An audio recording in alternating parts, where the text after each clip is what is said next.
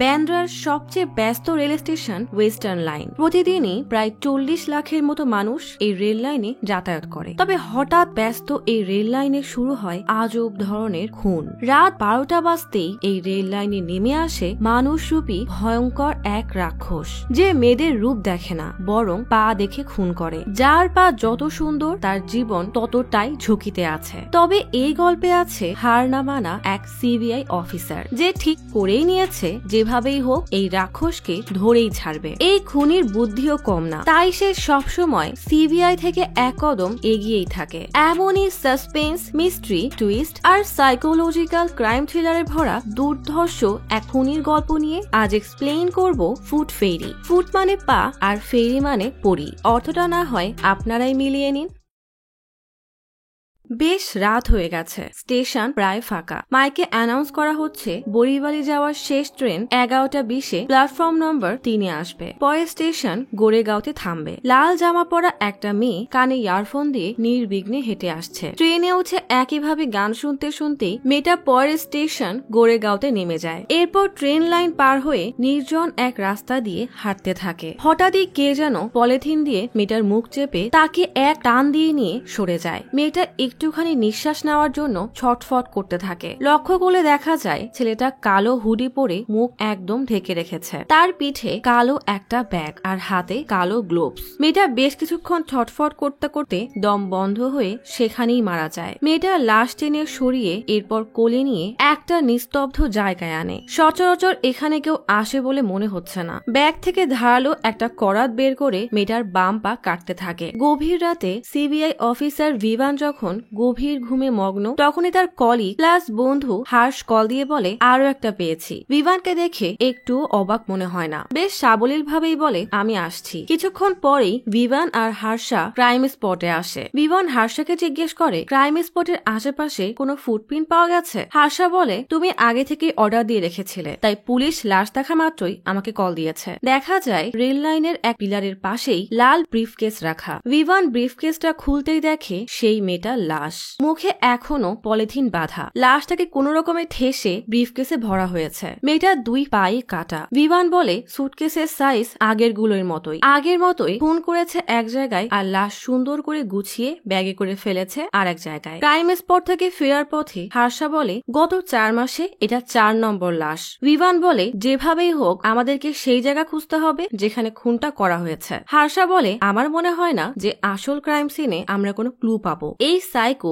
এত সহজে কোনো ভুল করবে না, কারণ খুনি খুবই চালাক। ভিভান বলে আমার যতদূর মনে হয় খুনি এই খুনগুলো নিজেকে হিংস্র প্রমাণ করার জন্য করছে না, বরং তার নিজের মনের শান্তির জন্য করছে। এই খুনগুলো তার কাছে নেশার মতো। যখন ভিকটিম ধীরে ধীরে দম বন্ধ হয়ে মারা যায় তখন সে শান্তি পায়, আর তার এই দুর্বল মুহূর্তেই সে কোনো ভুল করতে পারে। তাই আমাদেরকে ক্রাইম সিন খুঁজে দেখতে হবে যে সেখানে কোনো হেয়ার স্যাম্পল বা ফুটপ্রিন্ট পাওয়া যায় কিনা। একমাত্র তখনই আমরা এই তদন্তে এগোনোর রাস্তা পাবো। আর এই রাস্তা মিশ্রা পায়নি বলেই এত কষ্টের পরও তাকে কেস ছাড়তে হয়েছে, আর তারপরেই কেসের দায়িত্ব আমাকে দিয়েছে। পরের দিন সকালে ভিভান অফিসের জন্য বের হলে দেখে তার পাশের ফ্ল্যাট থেকে রিচাও কলেজ যাওয়ার জন্য বের হয়েছে। ভিভান রিচাকে জিজ্ঞেস করে তাই স্কুল কেমন চলছে। নব্য কলেজে উঠলে স্কুল শুনতে কার ভাল লাগে। তাই রিচাও বিরক্তি নিয়ে বলে মুম্বাইতে 10 পাস হওয়ার পর কলেজ হয়, বুঝেছেন। চঞ্চল স্বভাবের রিচাকে দেখলেই ভিভানের তাকে ছোট বোনের মতোই মনে হয়। লিফট থেকে নামলেই দেখে মুষলধারে বৃষ্টি হচ্ছে। ভিভান রিচাকে বলে এই বৃষ্টিতে কোনো রিক্সা তো পাবে না, ছাতাটা দাও, আমি গাড়ি নিয়ে আসি, তোমাকে গাড়িতেই নামিয়ে দিব। রিচা প্রথমে না বললেও পরে রাজি হয়ে যায়। রাতে খবরে বলা হয় শহরে ঘুরছে ট্রলি ব্যাগ কিলার। লোকাল ট্রেনকে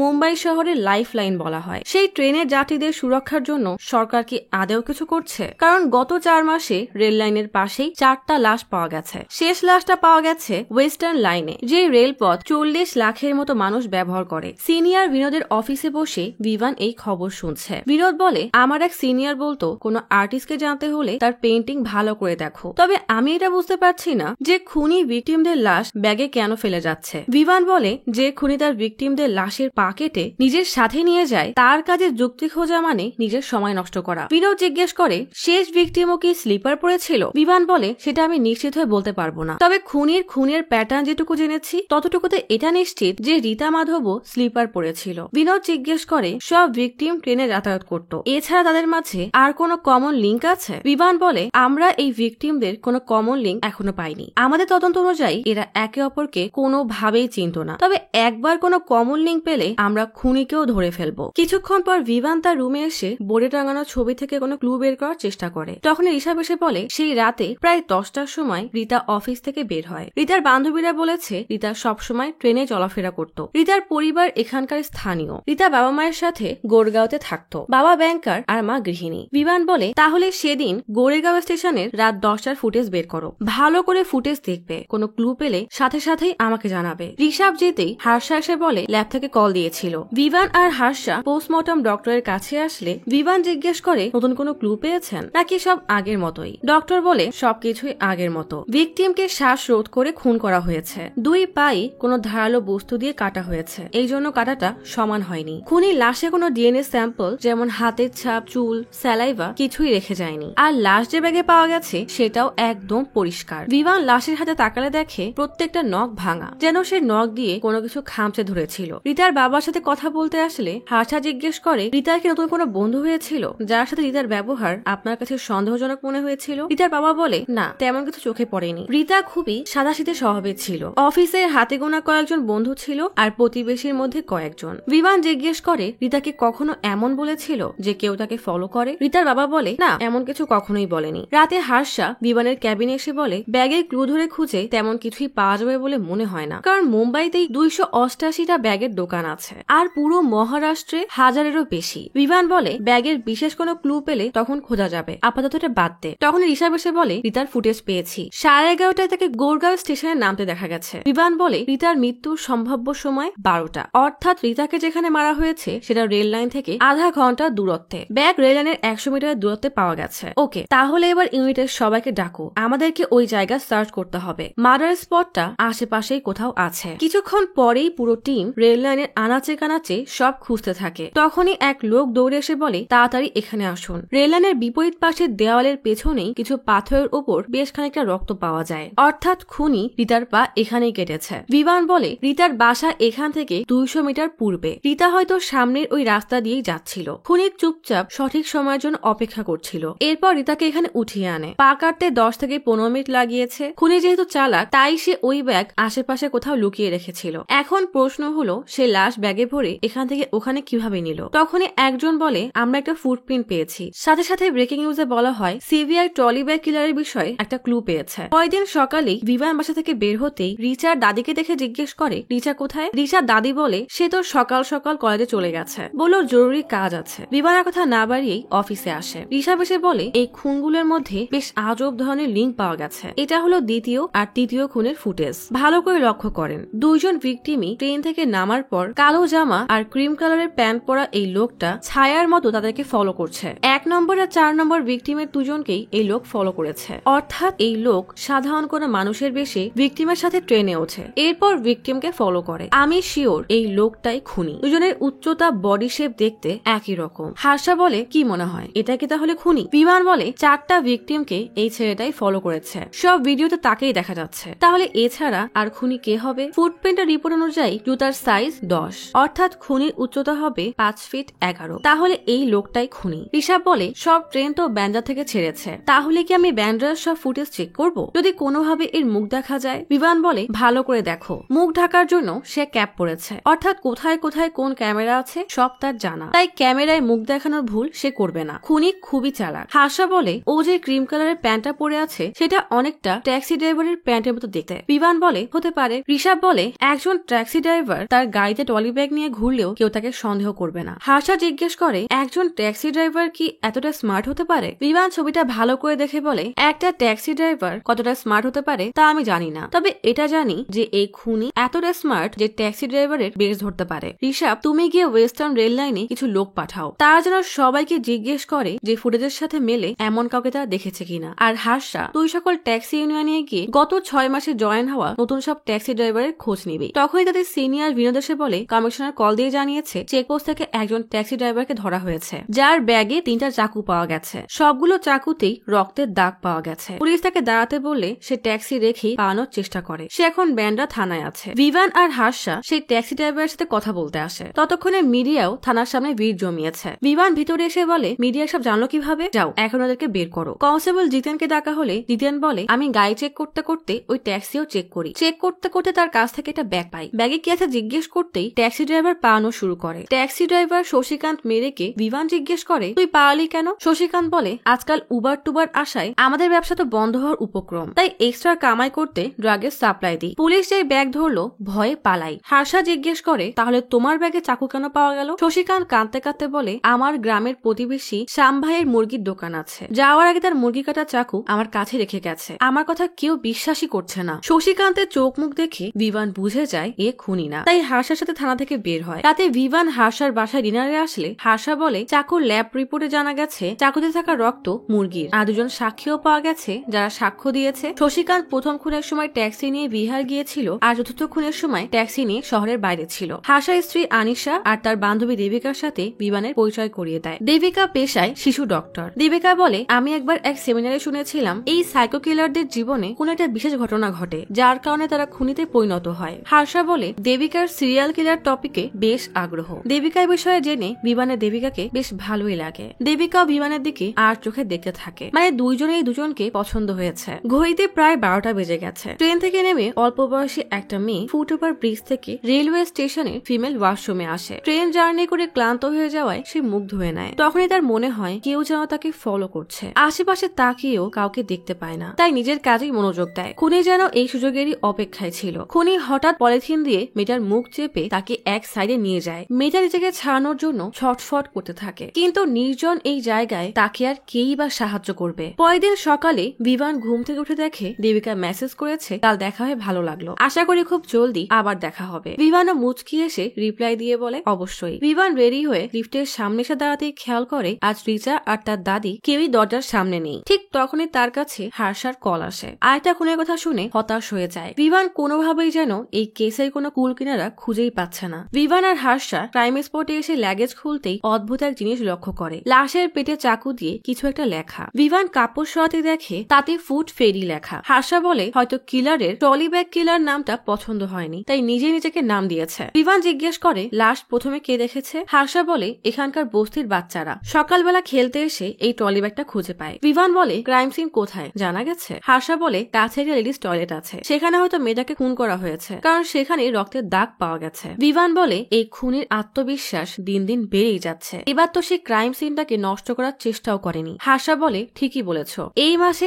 এখন পর্যন্ত 2টা খুন হয়েছে। বিমান বলে, এমনকি সে থামার নামও নিচ্ছে না। তখন ঋষভ বিমান আর হার্ষাকে ডেকে বলে, এটা কি? বিমান আর ঋষভ দেখে একটা ম্যাগাজিন। হার্ষা আর বিমান পোস্টমর্টম রিপোর্টের জন্য হাসপাতালে বসে আছে। হার্ষা বেশ চিন্তিত হয়ে বলে, খুনি এবার প্যাটার্ন চেঞ্জ করলো কেন? বিমান বলে, খুনি প্যাটার্ন চেঞ্জ করেনি, বরং ওভার কনফিডেন্স দেখাচ্ছে। লাশকে ট্রলি ব্যাগে ভরে ফেলতে ফেলতে বোর হয়ে গেছে, তাই এখন আমাদের সাথে গেম খেলছে। হার্ষা বলে, কিন্তু সে তো নিশ্চয়ই তার বিষয় কোনো খবরে মিস করে না। অধীর আগ্রহে অপেক্ষা করে কখন ফুড ফেরি নিউজ খবরে দেখাবে। ভিকটিমের উপরে ক্ষমতা দেখানোর নেশা আর সেলিব্রিটিদের মতো তার খবর টিভিতে আসা দুটোই তার খুব ভালো লাগে। এখন থেকে আমাদেরকেও খুনির মতো করে ভাবতে হবে। তখন ডক্টর এসে বিমানকে বলে, ম্যাগাজিনের অ্যানালাইসিসের জন্য আমরা আরেকটা ল্যাবে পাঠাচ্ছি, কোনো খবর আসলেই আমরা আপনাকে জানাবো। বলে এসে চলে যেতেই হার্ষা বলে, আমার তো মনে হয় না এটা খুনির ম্যাগাজিন, কারণ যে আজ পর্যন্ত একটা চুলও ক্রাইম স্পটে ফেলে যায়নি, সে এমন একটা প্রমাণ কেন রেখে যাবে? বিমান বলে, একটা চেষ্টা করে দেখতে সমস্যা কি? আজ মেনেসা মানে প্রথম ভিকটিমের প্রেয়ার মিটিং আছে,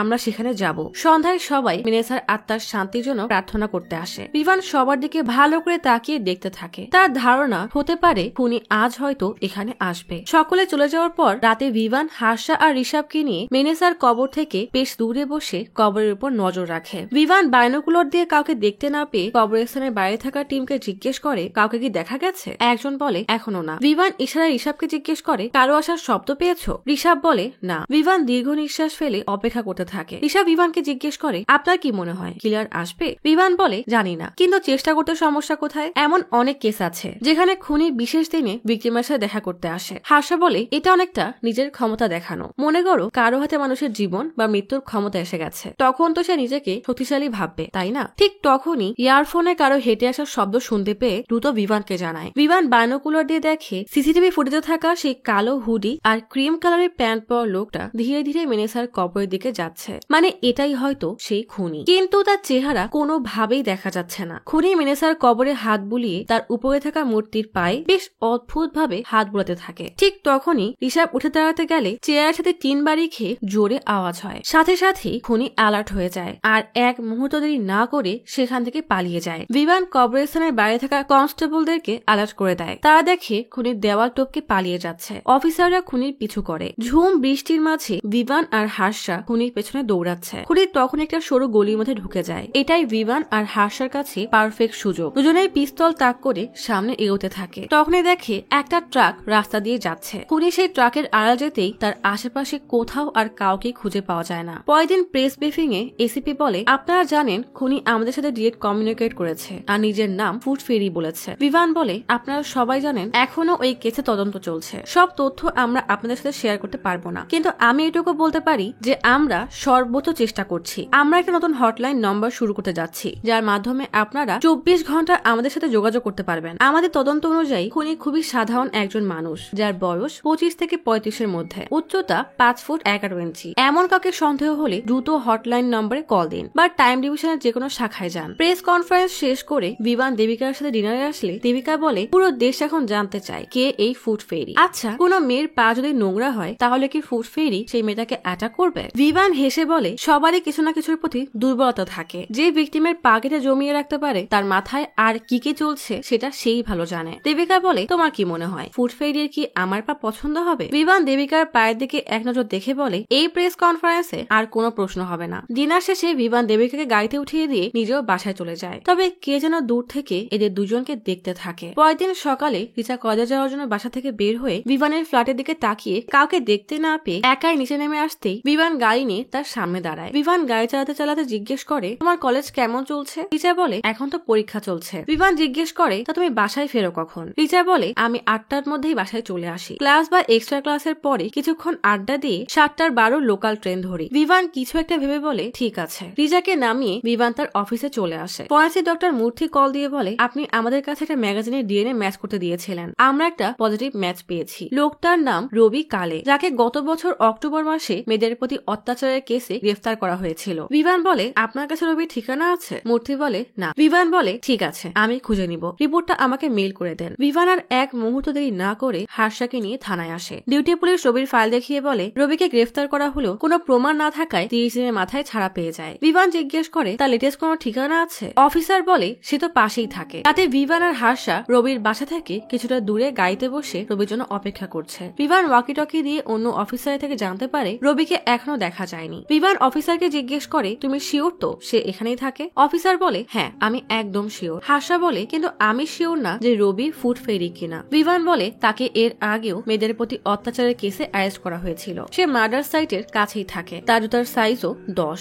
সব থেকে অবাক করা বিষয় হলো তার ডিএনএ থাকা ম্যাগাজিন আমরা মার্ডার স্পটে পেয়েছি। তখনই ওয়াকি টকিতে খবর আসে রবিকে দেখা গেছে, তার সাথে গাড়িও আছে। বিমান বলে, ঠিক আছে, তাকে ওখানেই ধরতে হবে। কিছুক্ষণের মধ্যেই রবি সেখানে গাড়ি নিয়ে এসে গাড়ি পার্ক করে। রবি গাড়ি থেকে বের হতেই পুলিশ দেখে পালাতে শুরু করে। বিমান তার পুরো টিম নিয়ে তাকে ধাওয়া করে আর শেষ পর্যন্ত রবিকে ধরেই ফেলে। থানায় আসার পর থেকেই রবির কান্না থামেই না। হাসা বিরক্ত হয়ে বলে, তুমি যেহেতু কিছু করোইনি তাহলে এভাবে পালাচ্ছিলে কেন? রবি কান্না করতে করতে বলে, আমি ভেবেছিলাম আপনারা কাউসার ভাইয়ের লোক, যার থেকে আমি 3 লাখ টাকা ধার নিয়েছিলাম, কিন্তু আমার কাছে এখন ধার শোধ করার মতো টাকা নেই। বিমান বলে, আমরা তোমার ম্যাগাজিন পেয়েছি যেখানে তোমার ডিএনএ ছিল, তাই চুপচাপ নিজের ভুল স্বীকার করে নাও, না হলে হাড্ডি মাংস এক করে দিব। রবি কাঁদতে কাঁদতে বলে, যেখানে আমি কিছু করিনি সেখানে আমি কিসের কথা বলবো? আমি সত্যি বলছি, আমি কোনো ম্যাগাজিনের ব্যাপারে কিছুই জানি না। হাসা বিরক্ত হয়ে সেই ম্যাগাজিনটা দেখিয়ে বলে, এবার নিশ্চয়ই মনে পড়েছে। রবি এবার চুপ হয়ে গেলে বিমান প্রচন্ড রেগে বলে, সত্যি কথা বলে দাও, না হলে এমন হাল করব যে সারা জীবন খোড়া হয়ে থাকবি। রবি কাঁদতে কাঁদতে বলে, আসলে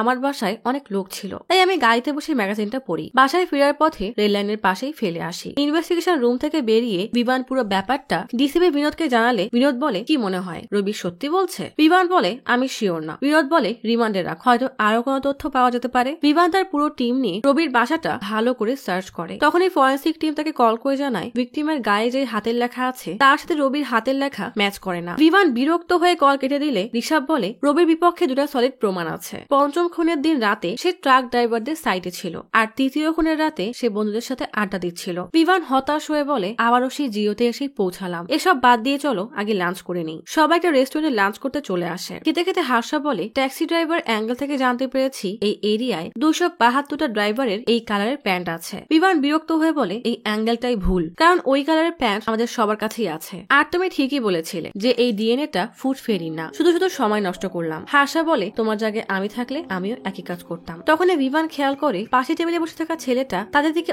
অদ্ভুতভাবে তাকিয়ে আছে। বিমান তাকে এক ধমক দিয়ে বলে এদিকে কি, চুপচাপ খাবার খাও। ঋষভ বলে সবকিছু কেসের মধ্যে একটা অদ্ভুত মিল আছে। ব্যান্ডাতে একটা রেস্টুরেন্ট আছে, আমাদের সবগুলো ভিকটিম মার্ডার হওয়ার আগে কখনো না কখনো ওই রেস্টুরেন্টে গেছে। দুজন তো খুন হওয়ার 2 সপ্তাহ আগে গিয়েছিল, আর বাকি 3 জন মার্ডার হওয়ার ঠিক 2 দিন আগেই ওই রেস্টুরেন্টে গিয়েছিল। বিমান অবাক হয়ে বলে তুমি এই কথাগুলো আগে বলনি কেন? কি সব প্যান্টের রং নিয়ে পড়েছিলে? এখন যত দ্রুত সম্ভব বিস্তারিত বের করে আমাকে পাঠাও। হাসা বলে আমি কাল থানায় যাচ্ছি, ওখানকার জেলার জানিয়েছে কোনো এক কয়েদি আমাদের সাথে কিছু ইনফরমেশন শেয়ার করতে চায়। বিমান বলে গিয়ে দেখো কোনো ক্লু পাও কিনা। রাতে দেবিকার সাথে হাঁটতে হাঁটতে বিমান বলে বেশিরভাগ মানুষই হটলাইনে কল দিয়ে বলে আমার প্রতিবেশী ফুড ফেরি, আমার শ্বশুর ফুড ফেরি, কারণ সে সবসময় আমার পায়ের দিকে তাকিয়ে থাকে। এক একটা কল আসলে মাথায় রক্ত উঠে যায়। এই হটলাইন নম্বরটা বানানোর আইডিয়া কোনো কাজেই দিচ্ছে না। দেবিকা হাসতে হাসতে বলে সেদিন আমার একজন রোগী আমাকে বলে সে নাকি ফুড ফেরির ভয়ে রাতে ট্রাভেল করাই বন্ধ করে দিয়েছে, আর আমার এক বান্ধবী অদিতি সে তো ছেলেদের দিয়ে পেডিকিউর করানোই বন্ধ করে দিয়েছে। বিমান বলে কিন্তু এরা তো রেলওয়ে স্টেশনের পাশ দিয়ে চলাফেরাও করে না, বুঝতে পারছি না কেন এই লোকটা সবসময় রেলওয়ে স্টেশনকেই টার্গেট করে। তখনই দেবিকার বান্ধবী অদিতি কল দেয়। কথা শেষে দেবিকা হাসতে হাসতে কল কেটে বলে অদিতি বলছে ব্যান্ড্রার কোন এক লক স্টক অ্যান্ড বার্গার নামে একটা রেস্টুরেন্টের মালিক নাকি এই ফুড ফেরি, দ্রুত সেখানে গিয়ে তাকে অ্যারেস্ট করতে। বিমান বলে নামটা কেমন যেন শোনা শোনা লাগছে। দেবিকা বলে রেস্টুরেন্টটা খুবই ফেমাস, নাম শুনতেই পারো। বিমান বলে তোমার বান্ধবী কেন মনে হয় যে ওই মালিকই খুনি? দেবিকা হাসতে হাসতে বলে সে তো একটা পাগল, তবে আমি সত্যি এরকম কাউকে প্রথম দেখেছি যে নিজের পায়ের প্রতি এতটা অবসেসড। সে তো পারলে প্রতিদিনই স্পাতে যায়, এত প্রোডাক্ট ইউজ করে শুধু নিজের পাকে সুন্দর রাখার জন্য। একবার তো সে আমাকেও সাজেস্ট করেছিল। বিমান হেসে বলে তাহলে একে তো অ্যারেস্ট করতেই হবে। বিমান বাসায় ফিরে ঋষভকে মেসেজ করে জিজ্ঞেস করে তুমি যে রেস্টুরেন্টের ব্যাপারে বলছিলে তার নাম কি? ঋষভ রিপ্লাই দিয়ে একই রেস্টুরেন্টের নাম বলে। এবার বিমানেরও বিষয়টা বেশ খটকা লাগে। সে দ্রুত ইন্টারনেট আর সোশ্যাল মিডিয়ায় রেস্টুরেন্টের ব্যাপারে খোঁজ নিতে থাকে। সবাই রেস্টুরেন্টের ব্যাপারে বেশ ভালোই রিভিউ দিয়েছে। তাদের মধ্যে একজন রিভিউ দিয়েছে যে রেস্টুরেন্টের মালিক বেশ অদ্ভুত। বিমান এবার মালিকের প্রোফাইল ঘাটে, যার নাম জোশুয়া। লাইকে গেলে দেখা যায় সে সব ধরনের ফুড রিলেটেড পেজ ফলো করে। বিমানের সন্দেহটা এবার আরো দৃঢ় হয়। পরের দিনে বিমান লগ স্টক অ্যান্ড বার্গার্স নামের ওই রেস্টুরেন্টে খাবার কিনতে আসে। একজন স্টাফকে জিজ্ঞেস করে এই রেস্টুরেন্টটা আসলে কার। স্টাফ জানায় মিস্টার জশোয়ার। বিমান জিজ্ঞেস করে সে কি আগে কখনো মুম্বাইতে ছিল। সেটা জানায় আমি কিছুদিন আগেই জয়েন করেছি, তাই জশোয়ার ব্যাপারে কিছুই জানি না। বিমান বলে তার সাথে কি দেখা করা যাবে? স্টাফ বলে আসলে জশোয়া শহরের বাইরে গেছে, খুব তাড়াতাড়ি চলে আসবে, পরের বার আসলে অবশ্যই দেখা হবে। হাসা বার্গারের প্যাকেট হাতে নিয়ে বিমানকে বলে এই রেস্টুরেন্টের মালিক সাসপেক্ট হতে পারে। হাসা অবাক হয়ে বলে তুমি কি মজা করছো? বিমান বলে তুমি ওর এপি পেজ দেখেছো? আমি দেখেছি, অনেকগুলো ফুড স্পার্ট পেজে লাইক দিয়েছে। হাসা বিরক্তি নিয়ে বলে যদি আমি দীপিকা আর ক্যাটরিনার এফপি পেজ লাইক করি এর মানে তো এই না যে ওদেরকে কেউ স্টক করবে আর আমি সাসপেক্ট হয়ে যাব। বিমান বলে দেখ এটা ঠিক আছে যে আমার কথাটা অন্যরকম লাগছে, কিন্তু এখানে কোনো না কোনো ক্লু তো পাওয়াই যাবে। আমার কথা শোন, এই জশোয়া গোয়া থেকে এসেছে প্রথম মার্ডারের ঠিক 2 মাস আগে। এরপর থেকে খুনগুলো শুরু হয়েছে। হাসা বলে আমি জানি বিমান, কিন্তু হাসাকে কথা শেষ করতে না দিই বিমান বলে 1 মিনিট, আমার কথাটা আগে শোন। সব ভিকটিমের মাঝে কিছুই কমন নেই, শুধুমাত্র এই রেস্টুরেন্ট ছাড়া। এই কমেন্টগুলো চেক কর। এরপর বিমান হাসাকে জশোয়ার পায়ের প্রতি পাগলামির বিষয়ে কিছু লোকের কমেন্ট পড়ে শুনিয়ে বলে আমাকে একটা কথা বল, তুই কি এমন কাউকে চিনিস যে মেয়েদের পা নিয়ে এতটা পাগল? হাসা বলে আমি জানি না, কিন্তু আমার মনে হচ্ছে আমরা সময় নষ্ট করছি। আমি জানি যে তোমার কোনো সন্দেহ যুক্তি ছাড়া হয় না। বিমান বলে আমাকে বিশ্বাস কর, তুই শুধুমাত্র এর জন্মকুণ্ডলী বের কর। হাসা রেগে বলে okay sir, you are the boss বলে চলে যায়। বিমান নেটে ব্যান্ড্রার কিছু ফুড স্পা সেন্টার সার্চ করতে থাকে। পরের দিনে বিমান একটা ফুড স্পাতে এসেছে। শাকিন নামে যে মেয়েটা বিমানের ফুড স্পা করছে, কথার এক পর্যায়ে তাকে লক স্টক অ্যান্ড বার্গার রেস্টুরেন্টের বিষয়ে জিজ্ঞেস করলে শাকিন বলে রেস্টুরেন্টটা তো আমাদের পাশেই, হ্যাঁ ওদের বার্গার অনেক ফেমাস, আপনার ওখানে যাওয়া উচিত। বিমান বলে তুমি কি প্রায় ওখানে যাও? শাকিন বলে না। বিমান জিজ্ঞেস করে কেন, বার্গার পছন্দ করো না? শাকিন বলে সেরকম কিছুই না,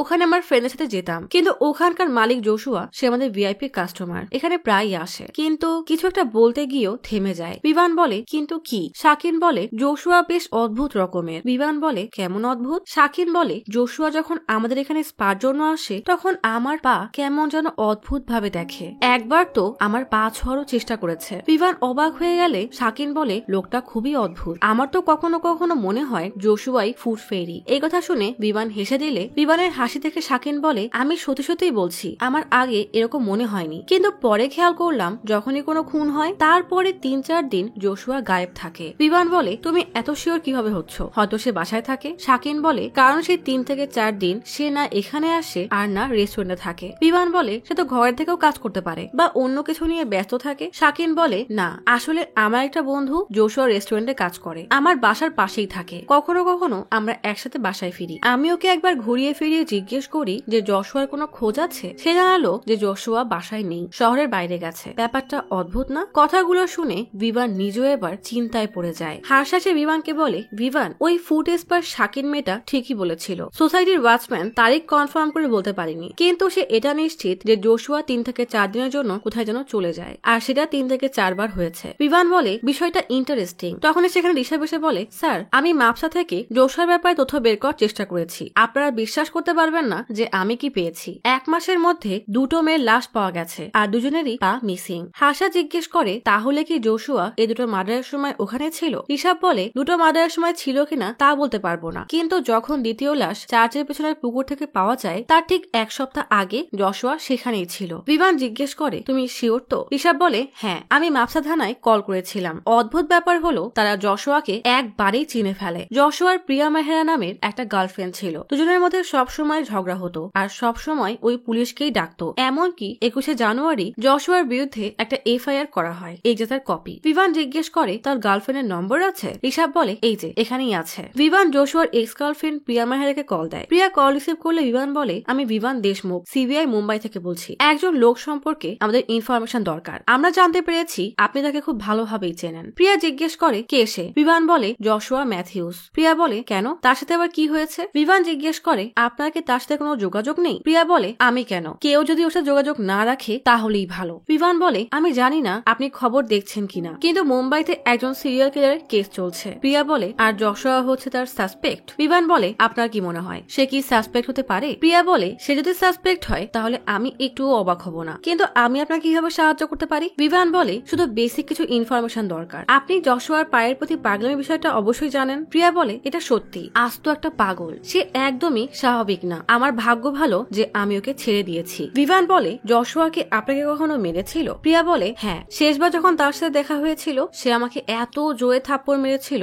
যে আমি বেহুশ হয়ে গিয়েছিলাম। ব্যাস, এরপরেই ওর বিরুদ্ধে থানায় কেস ফাইল করেছিলাম আর তাকে ছেড়ে দিয়েছি। বিমান বলে আরো অন্য কিছু কি আছে যা আমাদের জন্য হেল্পফুল হতে পারে, অদ্ভুত বা মারাত্মক কিছু? প্রিয়া বলে একটা কথা আছে যেটা আমি খুব কম মানুষের সাথে শেয়ার করেছি, আমার সাথে 2 বার হয়েছে। বিষয়টা খুবই অদ্ভুত আর ভয়ানক। বিমান বলে কোন কথা? প্রিয়া বলে জশুয়া আমার দম বন্ধ করার চেষ্টা করেছিল। জশুয়া হাসতে হাসতেই মজা করে বালিশ আমার মুখে রেখে শক্ত করে চেপে ধরে। আমার একদম দম আটকে আসছিল, আমি ছটফট করছিলাম, মনে হচ্ছিল মারা যাচ্ছি। ঠিক তখনই সে বালিশ সরায়। বিমান বলে আপনি জশুয়াকে জিজ্ঞেস করেননি সে এমন কেন করলো? প্রিয়া বলে জিজ্ঞেস করেছি, সে জোরে জোরে হাসতো আর সাবলীল ভাবেই বলতো এটা তো ছেলে খেলা, কিন্তু বিশ্বাস করুন এটা মোটেও ইয়ার্কি ছিল না। আমার দম আটকে সে মজা নিত। তার পৈশাচিক হাসি দেখে আমি বিষয়টা অনুভব করেছি। বিমান বলে আপনাকে সরাসরি একটা প্রশ্ন করব, যতটা আপনি জশুয়াকে জানেন আপনার কি মনে হয় জশুয়া কারো খুন করতে পারে? প্রিয়া বলে অবশ্যই পারে। রাতে বিমান দেবিকাকে বলে তোমাকে ধন্যবাদ যে তোমার জন্যই আমরা আমাদের কেসের প্রথম ডিরেকশন পেয়েছি। তোমার বান্ধবী ওই রেস্টুরেন্টের মালিক আর তার অদ্ভুত স্বভাব। দেবিকা বলে তুমি কি সিরিয়াস?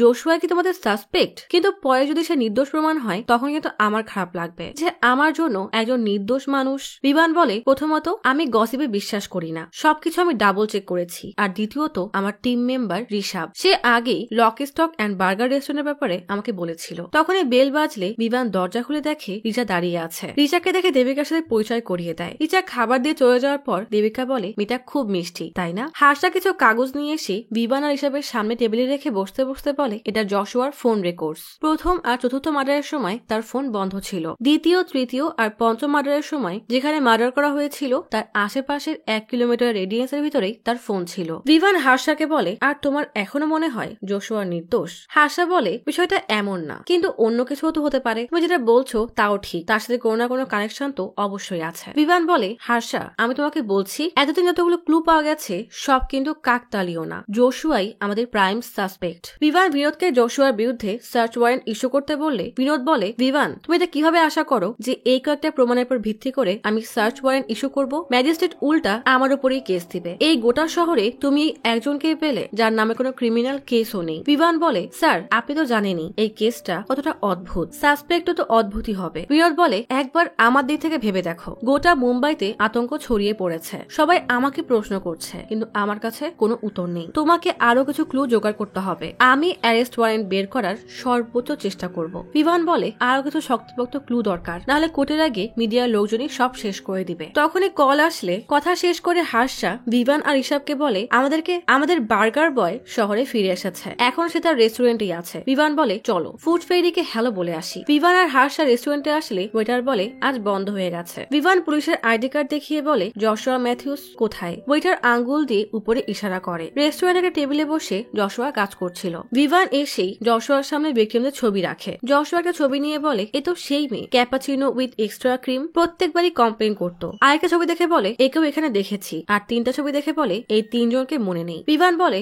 আপনি শিওর তো? জশুয়া বলে, হ্যাঁ আমি শিওর। হার্ষা বলে, আপনি জানেন এই ভিকটিমরা যখন খুন হয় তার এক সপ্তাহ আগে বা মাঝে তারা আপনার এই রেস্টুরেন্টে আসতো, বিষয়টা কেমন না? জশুয়া বলে, আমি জানি না, কাকতালীয় হতে পারে। বিভান বলে, তা তুমি কি জানো? এরকম দুটা কেস কাকতালীয় ভাবে মাকসাতেও হয়েছিল যখন তুমি ওখানেই থাকতে, সেটাও কাকতালীয়। জশুয়া হেসে বলে, এক মিনিট, আপনারা কি এটা ভাবছেন যে আমি ফুড ফেরি? জশুয়া টিটকারি করে হেসে বলে, আই এম সরি, আমি জানতাম যে সিবিআই অফিসার হওয়ার জন্য বুদ্ধি আর হাই আইকিউ দরকার, কিন্তু আমার মনে হচ্ছে আমি ভুল ভাবতাম। বিভান বলে, আমাদের কাছে এমন কিছু তথ্য আছে যেটাই প্রমাণ হয় যে তুই উইয়ার্ড টাইপের ফুড ফেটিশ, তো এই ব্যাপারে কিছু বলতে চাস? জশুয়া বলে, যদি নিজের পায়ে বেশি যত্ন নেওয়াকে ফুড ফেটিশ বলে তাহলে তাই। আমার মনে হয় মেয়েদের শরীরের সবচেয়ে সুন্দর অংশ হলো তাদের পা, আর এটাকে আপনারা যদি উইয়ার্ড টাইপের ফুড ফেটিশ বলেন তো হ্যাঁ আমি ফুড ফেটিশ। হার্ষা বলে, এই দিনগুলো দেখো তো, এই দিনগুলোতে তুমি কোথায় ছিলে? জশুয়া বলে, দেখুন আমি তো বাদাম টাদাম খাই না, সেজন্য আমার মেমোরি অতটা স্ট্রংও না, আমাকে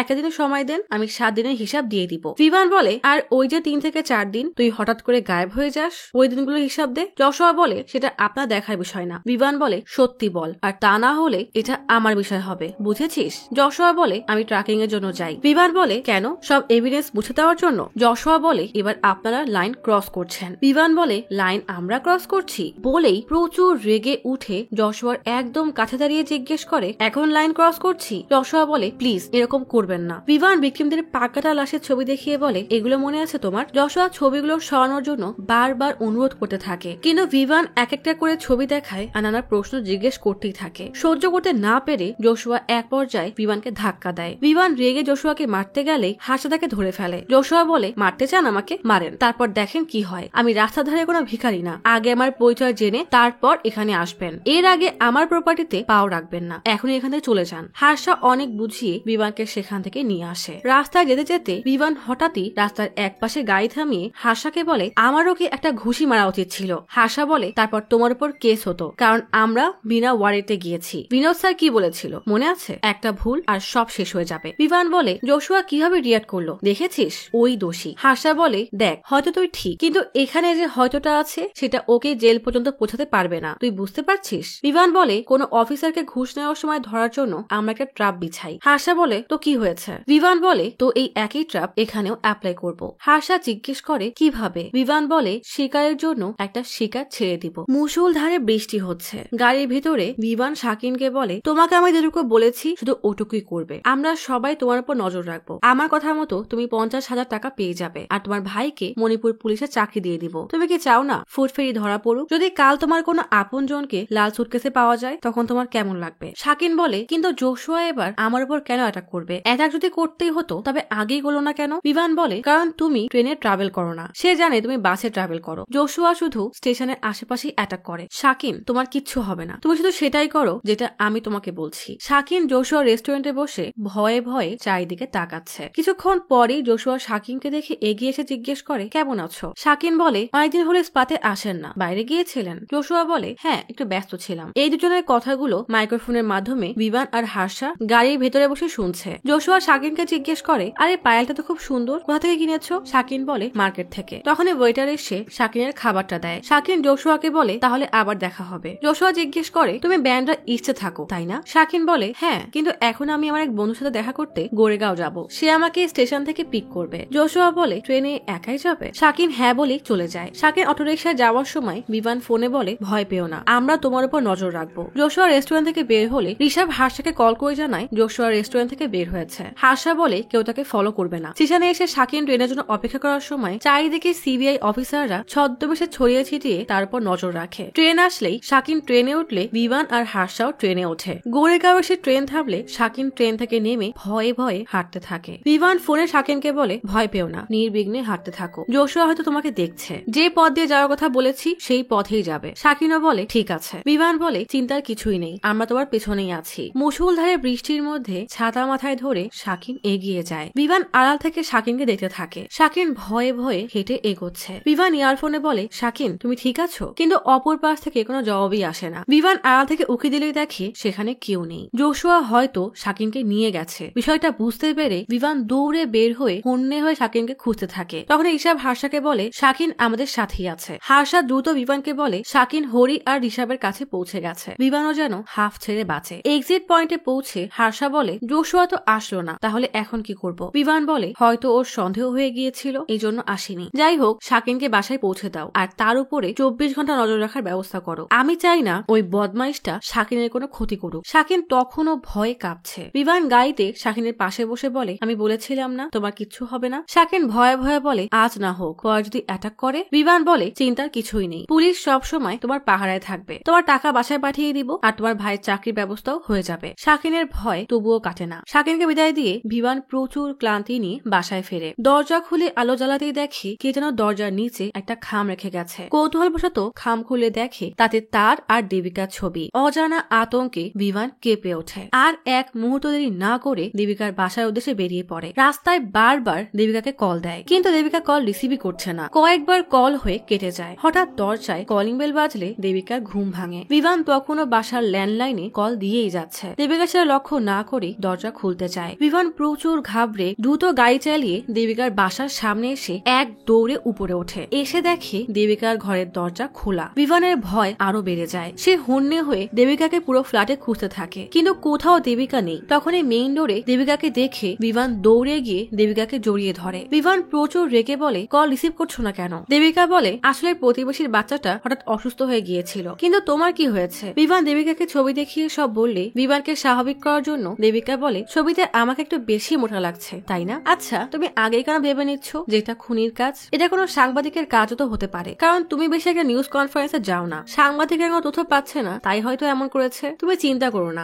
এত সহজে তোমার পিছু ছাড়ছি না। আর আমিও জোশুয়াকে একটুও ভয় পাই না। পরের দিন হার্ষা বিমান থেকে সব শুনে বলে হয়তো জোশুয়া কাল তোর বাসায় গিয়েছিল, এই জন্য সে শাকিনের পিছু করতে যায়নি। গতকাল শাকিনকে বাসায় ফিরিয়ে দেওয়ার পর হরি জোশুয়ার বাসায় নজর রেখেছিল। জোশুয়া 1 সেকেন্ডের জন্য বের হয়নি, এখন তার রেস্টুরেন্টেই আছে। বিমান বলে আমি ছবিগুলো ল্যাবে পাঠিয়ে দিয়েছি, দেখা যাক কোনো ক্লু পাওয়া যায় কিনা। কিছুক্ষণ পরেই হার্ষা এসে বলে এক কলেজ স্টুডেন্ট এসে বলছে সে সম্ভবত ফুড ফেরিকে দেখেছে। বিমান ছেলেটাকে জিজ্ঞেস করে তুমি কি তার মুখ দেখেছো? সন্দীপ নামের ছেলেটা বলে মুখ ভালো করে দেখতে পারিনি, কারণ কালো ক্যাপ পরা ছিল, তারপর হুডি দেওয়া ছিল। বিমান জিজ্ঞেস করে তাহলে তুমি তো শিওর কিভাবে হলে যে ওই লোকটাই ফুড ফেরি? সন্দীপ বলে আপনারা যেমন বলেছিলেন ওই লোকটা তেমনি ক্রিম কালারের প্যান্ট আর সাদা জুতা পরা ছিল, তার পেছনের পকেটে সার্জিক্যাল গ্লোভসও দেখেছি, যেটা ছিল কালো রঙের। হার্ষা 5 জনের ছবি বের করে দিলে সন্দীপ জোশুয়া আর আরেক লোকের ছবি দেখিয়ে বলে আমার যেটুকু মনে হয় খুনি এদের মধ্যেই একজন। আসলে এদের দুজনের চেহারা একই রকম লাগছে, তাই কনফিউজ হয়ে গেছি। বিমান আর হার্ষা তাদের সিনিয়র বিনোদের কাছে আসলে বিনোদ জিজ্ঞেস করে এই লোকটা তাহলে কে? হার্ষা বলে গত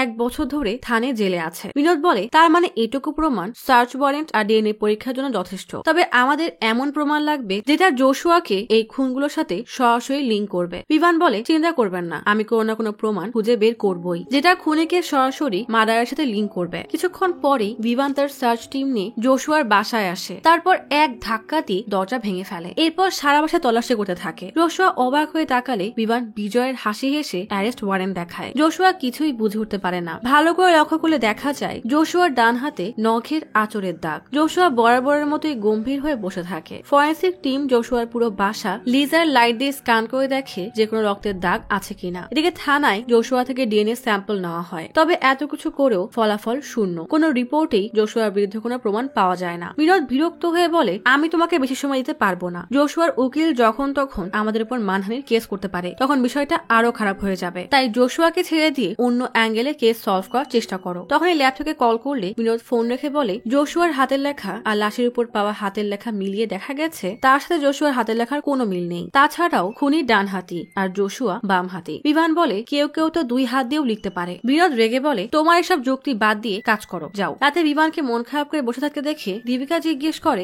এত সাসপেক্ট রেখে তুমি জোশুয়ার পেছনে কেন পড়ে আছো? তোমার কি সত্যিই মনে হয় জোশুয়াই ফুড ফেরি, নাকি তুমি চাচ্ছ যে জোশুয়া যেন ফুড ফেরি হয় আর তোমার এই কেস সলভ হয়ে যায়? বিভান বলে, আমি সব সময় সকল প্রকার তদন্ত থেকেও নিজের মনকে বেশি বিশ্বাস করি, আর আমার মন আমাকে বারবার এটাই বলছে যে জোশুয়াই ফুড ফেরি। আমি এটা ভাষায় বোঝাতে পারবো না, তবে ওর চোখে আজব কিছু একটা আছে যেটা খুবই ভয়ঙ্কর। দীপিকা বলে, তোমার এই অনুভূতি ভুলও হতে পারে। বিভান বলে, না, তার কোনো সম্ভাবনাই নেই, তবে ওকে আমি জেলে ঢোকাবই, আর সেটা হবে তোমাকে। বলতে বলতেই থেমে গেলে দীপিকা সাবলীল ভাবেই বলে, আমার কোনো ক্ষতি করার আগে, তাই তো এত চিন্তার কি দরকার? ভুলে যেও না আমার বাবা একজন আর্মি। ওই বদমাইশ আমার 1 ইঞ্চি কাছে আসলেও ওর মুখের চামড়া খামচি দিয়ে তুলে ফেলবো। পরদিন সকালে হার্ষের সাথে দেবিকার বিষয়ে কথা বলতে বলতে বিভান বলে, দেবিকা বলেছে ওই বদমাইশ দেবিকার কাছে আসলে দেবিকা তার মুখ খামচে দিবে। হঠাৎ বিভানের কিছু মনে পড়তেই দৌড়ে তার কেবিনে এসে হন্যে হয়ে ফাইলের মধ্যে কিছু খুঁজতে থাকে। বিভান হার্ষাকে বলে, আমরা সেদিন যখন জোশুয়াকে গ্রেফতার করতে গেলাম তখন সে হাতাকাটা টি শার্ট পরা ছিল, তার হাতে আমি নখের আঁচড়ের দাগ দেখেছি।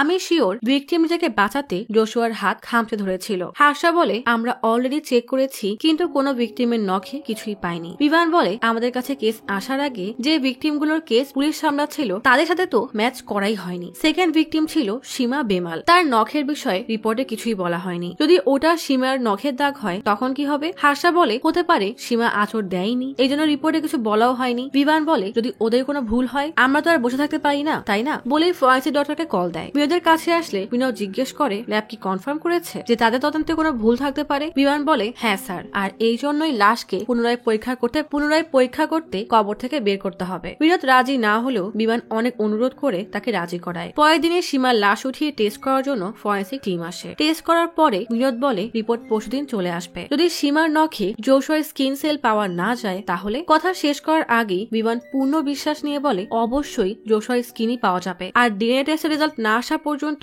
জোশুয়া শহরের বাইরে যেতে পারবে না। রাতে বিভান হরিকে কল দিয়ে জিজ্ঞেস করে, জোশুয়া কি বাসা থেকে বের হয়েছে? হরি বলে, না, সে এখনো বাসায় আছে। এভাবেই কেটে যায় 2 দিন। বিভান সকালে অফিসে যাওয়ার জন্য বের হলে ঋষা বিভানকে কল দেয়। ফোনের অপর পাশ থেকে কিছু একটা শুনে বিভানের পুরো দুনিয়ায় হুমকে যায়। কোন রকমে নিজেকে সামলে ক্রাইম স্পটে পৌঁছায়। বিভানকে দেখে ঋষাব বলে, রেলওয়ে পুলিশ কল দিয়েছিল। বিভানের সেসবে কোনো পাত্তাই নেই। সে সোজা লাল ব্রিফকেসের কাছে এসে কিছুক্ষণ তাকিয়ে থাকে, তারপর অনেক সাহস জোগাড় করে ব্যাগের ঢাকনা খুলতেই ভেতরের লাশটাকে দেখে হতবম্ব হয়ে তাকিয়ে থাকে। লাশটা আর কারণ নয়, বরং হাস্যোজ্জ্বল চঞ্চল রিচার, যে সবেমাত্র কলেজে উঠেছিল। যে মেয়েটাকে বিভান ছোট বোনের মতো স্নেহ করত, তাকে এই অবস্থায় দেখে বিভান আর সহ্য করতে পারে না। রাগে তার চোখ লাল হয়ে যায়। ঋষাবকে আর একটা কথা না বলে সোজা হেঁটে গাড়িতে ওঠে। ঋষাব বুঝতে পারে বিভান আজ ভয়ানক কিছু করবে, তাই দ্রুত হার্ষাকে কল দেয়। হার্ষা দ্রুত গাড়ি নিয়ে বেরিয়ে পড়ে আর গাড়িতে বসেই বিভানকে কয়েকবার কল দেয়, কিন্তু বিভান যেন নিজের মধ্যেই নেই। বিভান সোজা জোশুয়ার বাসায় আসে, দেখে জোশুয়ার দরজায় তালা দিয়ে কোথায় যেন যাচ্ছে।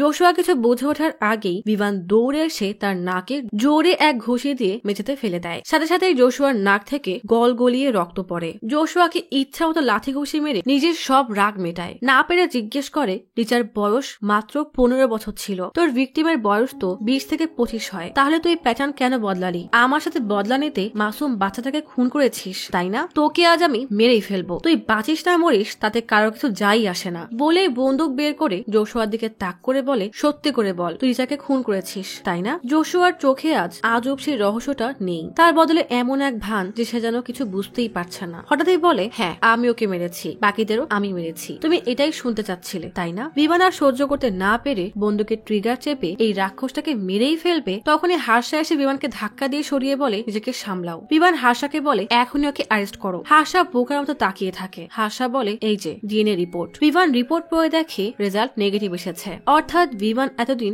ভুল ছিল। বিমান বলে, এই রিপোর্টে নিশ্চয়ই ভুল আছে, আবার টেস্ট করাও। বিমানের মনের নাজুক অবস্থা বুঝতে পেরে হার্ষা বলে, নিজেকে সামলাও বিমান। বিমান হতবাক হয়ে জোশুয়ার দিকে তাকিয়ে থাকে। কেটে যায় প্রায় 7টা বছর। দেবিকা বিভানকে কল দিয়ে বলে, তুমি বিনোদ স্যারের শেষকৃত্যে পৌঁছে গেছো। পাশে বিভান আর দেবিকার মেয়ে খেলা করছে, মানে এই কয়েক বছরে তারা বিয়ে করে সুখেই সংসার করছে। বিভান আর হাসা বাইরে বের হলে হাসা বলে, বেঙ্গালুরুতে তাহলে ভালোই আছো, তা তোমার সিকিউরিটি কোম্পানির কি খবর? বিভান বলে, ভালোই চলছে, তা তোর কি অবস্থা? হাসা বলে, ওই আগের মতোই বোরিং জব, আর ঋষভ এখন স্পেশাল অ্যাসাইনমেন্টে রাশিয়ায় আছে। বিভান জিজ্ঞেস করে, জোশুয়ার কোনো খবর জানিস?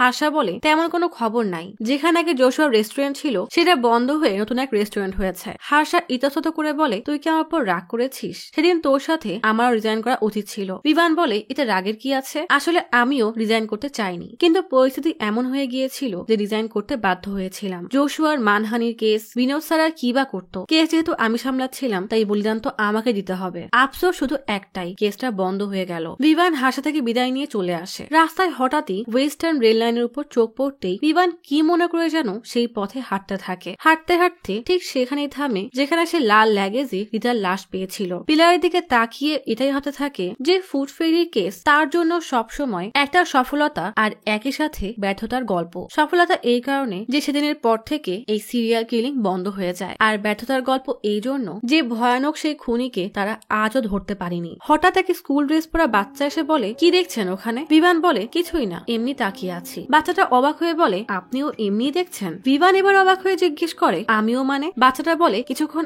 আগে আপনার বয়সে একটা লোক ঠিক এখানে দাঁড়িয়ে ওই পিলারটাকেই দেখছিল। আমি তাকে একই প্রশ্ন করলাম, সে বলল আমি কয়েক বছর আগে ওখানে একটা লাল সুটকেস রেখেছিলাম, সেটাই দেখতে এসেছি। বিভান কি যে বলবে নিজেও বুঝে উঠতে পারে না। বাচ্চাটাকে জিজ্ঞেস করে, তুমি কি লোকটার চেহারা দেখেছো? বাচ্চাটা মাথা নাড়িয়ে বলে। বিভান জিজ্ঞেস করে, সে দেখতে কেমন ছিল? বাচ্চাটা বলে, আপনার মতোই, আঙ্কেলা দেখতে যেমন হয় তেমন। বিভান জিজ্ঞেস করে, সে কোথায় গেছে? বাচ্চাটা হাত দিয়ে সামনের দিকে ইশারা করলে বিভান হতবিহ্বলের মতো সামনে তাকিয়ে থাকে, কারণ সামনে একটা নয় বরং রয়েছে কয়েকটা রাস্তা। সেই খুনি কোন রাস্তা দিয়ে গেছে সেটাও সেই খুনির মতোই রহস্যেই মোড়ানো থেকে গেল।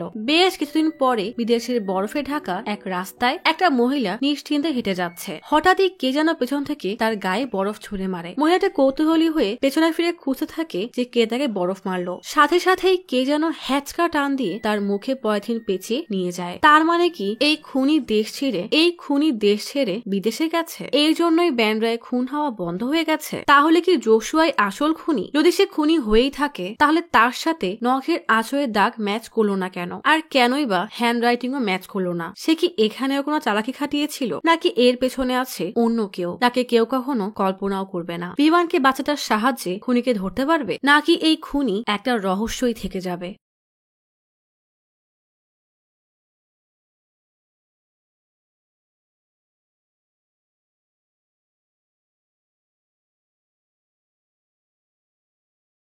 আজ তাহলে এখানেই চলে যাচ্ছি। শীঘ্রই ফিরবো নতুন অথবা পুরাতন ইউনিক কোনো মুভির গল্প নিয়ে। ফিরে আসা পর্যন্ত লাইক, কমেন্ট এবং সাবস্ক্রাইব করে অচিরার গপ্পসপের সাথেই থাকুন। পাশে থাকা বেল আইকনটি ক্লিক করে রাখুন। দেখা হবে পরের ভিডিওতে।